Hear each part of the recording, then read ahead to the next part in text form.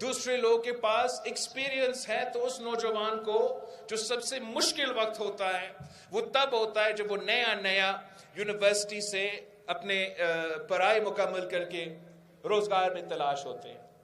تو اس پہلا سال کے لیے ان نوجوانوں کے لیے جو ضرورت ہے، ان کو ہم یوتھ کارڈ کے تھرو ایک سٹائپن دیں گے، مالی طور پہ ان کا مدد کریں گے، تاکہ وہ اب جب وہ اپنے روزگار کی تلاش میں ہیں تو ان کو حکومت کی طرف سے کوئی مدد معاشی طور پہ ملے۔ ساتھ ساتھ ان کو ایک انٹرنشپس کے لیے، چاہے وہ حکومت کے ساتھ ہو، چاہے وہ پرائیویٹ سیکٹر کے ساتھ ہو، چاہے وہ فورن سیکٹر کے ساتھ ہو، ہم ان کا یوتھ کارڈ کے تھرو انشاءاللہ تعالی ان کو پیڈ انٹرنشپس دلوائیں گے، تاکہ وہ اپنا ایکسپیرینس بھی بنا سکے، تاکہ جب وہ جابز کے لیے آخر میں تلاش وہ کریں گے تو ان کا یوتھ کارڈ کا 1 سال کا سٹائپنڈ بھی ملا ہے، کم از کم 1 سال کا تو ایکسپیرینس بھی ملا ہے۔ مگر میں یہ بھی چاہ رہا تھا کہ یہ نہ صرف ہمارے پڑھے لکھے نوجوانوں کے لیے، مگر ہر کوئی جو ہمارے نوجوان ہے جو بے روزگار ہے، انشاءاللہ تعالیٰ اگر ان کو کوئی سکل حاصل کرنا چاہتے ہیں، ہم ان کو ووکیشنل سکلز دلوائیں گے اسی کارڈ کے تھرو۔ انشاءاللہ تعالیٰ ہم ان کو وہ ووکیشنل سکلز دلوائیں گے، اور بعد میں ہم چاہیں گے کہ ان کا روزگار کی تلاش میں بھی ہم مدد کریں، کہ پورا ملک میں جو بھی ویکنسیز ہے ہم ایک سینٹرلائز سسٹم بنا کے اس کارڈ کے تھرو اپنے نوجوانوں کے پاس پہنچے، جن کے پاس وہ سکلز موجود ہے اور وہ ان کا ضرورت ہے کہ وہ کہیں نہ کہیں کام کر سکے۔ ساتھیوں، آپ نے فیصلہ کرنا ہے، میرے بزرگوں نے نوجوانوں کو سمجھانا ہے کہ کیا آپ نے جو انا کی سیاست ہے، جو تقسیم کی سیاست ہے، جو نفرت کی سیاست ہے، جو پرانا سیاست ہو چکا ہے، کیا آپ نے اس کو جاری رکھنا ہے یا آپ نے اپنا قسمت تبدیل کرنا ہے؟ اگر آپ اپنا قسمت بدلنا چاہتے ہو، اگر آپ اپنے اصل مسائل کا حل نکالنا چاہتے ہو، اگر آپ عوامی راج قائم کرنا چاہتے ہو، جہاں حکومت ہو تو مزدوروں کا ہو، جہاں حکومت ہو تو نوجوانوں کا ہو، جہاں حکومت ہو تو کسانوں کا ہو، تو اگر آپ نے اپنا قسمت، اپنا ملک کا قسمت بدلنا ہے تو پاکستان پیپلز پارٹی کے ساتھ دے، شہیدوں کا جماعت کے ساتھ دے، تیر کے ساتھ دے۔ انشاءاللہ تعالی ہم مل کے محنت کریں گے، ہم مل کے جد و جہد کریں گے، اور وہ جو نامکمل مشن ہے، جو قائد عوام کا نامکمل مشن ہے، جو شہید محترمہ بے نظیر بھٹو کی نامکمل مشن ہے، انشاءاللہ تعالی میں اور آپ وہ مشن مکمل کر لیں گے۔ انشاءاللہ تعالی وہ خواب ہم مل کے پورا کریں گے۔ باقیوں کو تو اپنا نفرت کی سیاست کرنا دے، اپنے تقسیم کی سیاست کرنے دے، آپ اپنا کام کریں، آپ میرا منشور گھر گھر پہنچائیں۔ میں اپنے نوجوانوں کو کہتا ہوں، میں اپنے عہدیداروں کو کہتا ہوں، اپنے سیاسی کارکن کو کہتا ہوں کہ آپ یہ جو ٹی وی پہ تماشا لگا ہوا ہے اس پہ دھیان نہ دیں۔ فیبرری 8 کو الیکشن ہے، آپ محنت کرو، گھر گھر پہ میرے پیغام پہنچاؤ، گھر گھر پہ میرے منشور پہنچاؤ۔ آپ مجھے بتائیں کہ آپ نے ایک دن میں آپ کتنے گھر کور کر دیتے ہو۔ آپ گھر گھر جا کے بتائیں کہ پاکستان پیپلز پارٹی کے پاس منشور ہے۔